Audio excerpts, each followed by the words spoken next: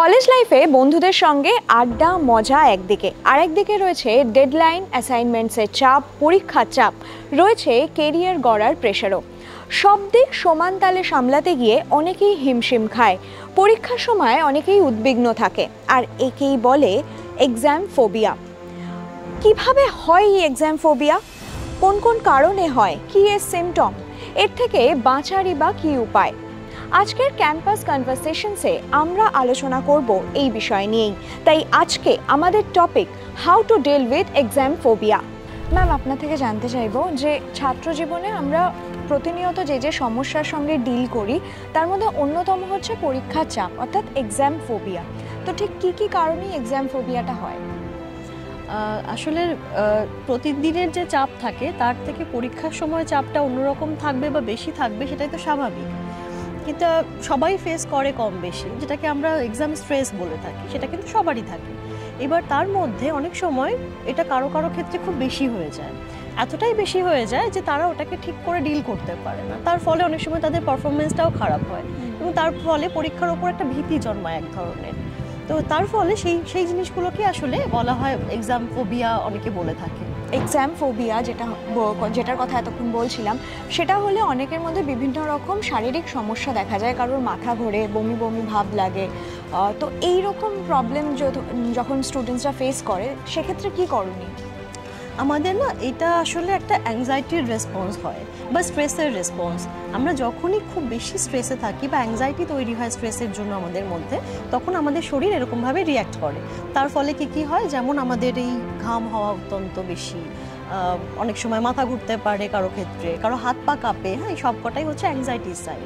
তো এক্সামের যে স্ট্রেসটা সেখান থেকে ধীরে ধীরে অনেক বেশি হয়ে যাচ্ছে এবং আমি সেই স্ট্রেসটা নিতে পারছি না, তখন আমার মধ্যে এই ধরনের জিনিসগুলো দেখা যেতে পারে। কম বেশি হওয়াটা কিন্তু স্বাভাবিক, হতেই পারে, একটু বুক ধড়ফড় করছে, সেটা স্বাভাবিক। কিন্তু যদি খুব বেশি হয়ে যায় এবং এতটাই বেশি হয়ে যায় যে আমি এক্সামটার ঠিক করে দিতেই পারছি না, আমার এতটাই ডিস্টারবেন্স হচ্ছে, অনেকে আবার অজ্ঞান হয়ে যায়, এমনও হয়, এতটাই বেশি তার সমস্যা হচ্ছে। তো সেই সব ক্ষেত্রে আমাকে কিন্তু আমার অ্যাংজাইটিটাকে ম্যানেজ করতে হবে। তাহলে বুঝতে হবে যে এই স্ট্রেসটা আর খুব স্বাভাবিক জায়গায় নেই, অনেকটাই বেশি এবং অ্যাংজাইটির পর্যায়ে চলে গেছে, তখন সেটাকে ম্যানেজ করতে হয়। তো সেইটা আমি কিন্তু চাইলে এক্সামের সময়েই শুধু ম্যানেজ করতে পারবো, ওই সময়টাতেই, তা কিন্তু নয়। এটার জন্য দীর্ঘদিনের একটা চেষ্টা করতে হবে। আগে থেকে অ্যাংজাইটিটাকে যদি কিভাবে ম্যানেজ করা যায়, কি করলে পরে অ্যাংজাইটিকে ঠিক করে ডিল করা যায়, সেই জিনিসগুলোকে শিখতে হবে। একটু কিছু রিল্যাক্সেশন এক্সারসাইজ, ব্রিদিং টেকনিক, এই জিনিসগুলো অনেক সময় আমাদের হেল্প করতে পারে, কিন্তু সেগুলো একটু সিস্টেমেটিক্যালি করে তবেই সেটার উপকার পাওয়া আপনি বলছেন যে এটার জন্য সিস্টেমেটিক্যালি হেল্প যেটা নিতে হবে, এটা একদম মানে মেডিকেল হেল্পও নিতে হতে পারে। নিশ্চয়ই, এটার জন্য যদি কারো এমনটাই হয়ে থাকে যে তার পরীক্ষাটা হ্যাম্পার হয়ে যাচ্ছে, তার পারফরমেন্স হ্যাম্পার হচ্ছে, সেক্ষেত্রে কিন্তু তাকে কাউন্সেলিং ইত্যাদি এগুলোর প্রয়োজন হতে পারে তার।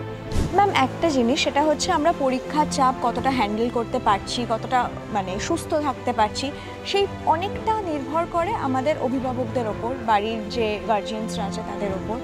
তো তারা কিভাবে এই বিষয়ে সদর্থক ভূমিকা পালন করতে পারবে?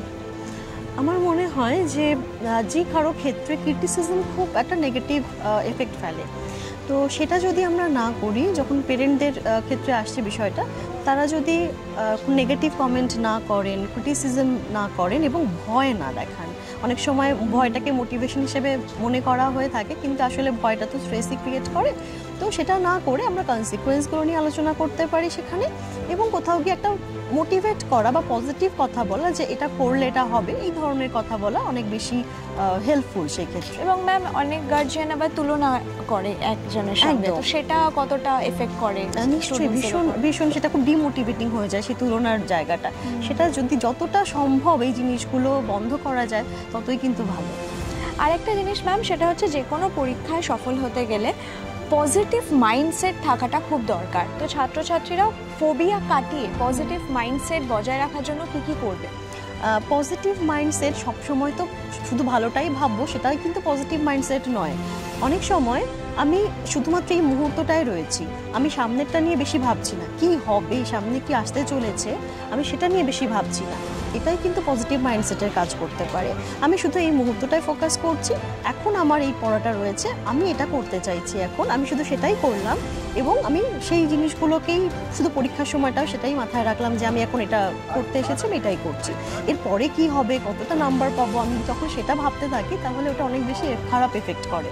তো পজিটিভ মাইন্ডসেট বলতে আমার মনে হয় এইগুলো মেনটেন করাটা বেশি দরকার। Thank you ma'am, thank you. এতক্ষণ বিনতি ম্যামের সঙ্গে কথা বলছিলাম আমরা, আর বুঝতেই পারলে যে কিভাবে এক্সাম ফোবিয়ার সাথে ডিল করতে হবে। এরকম আরও ইন্টারেস্টিং টপিক আর ভিডিওস দেখার জন্য অবশ্যই চোখ রাখো ব্রেনওয়্যার ইউনিভার্সিটির ফেসবুক এবং ইউটিউব চ্যানেলে।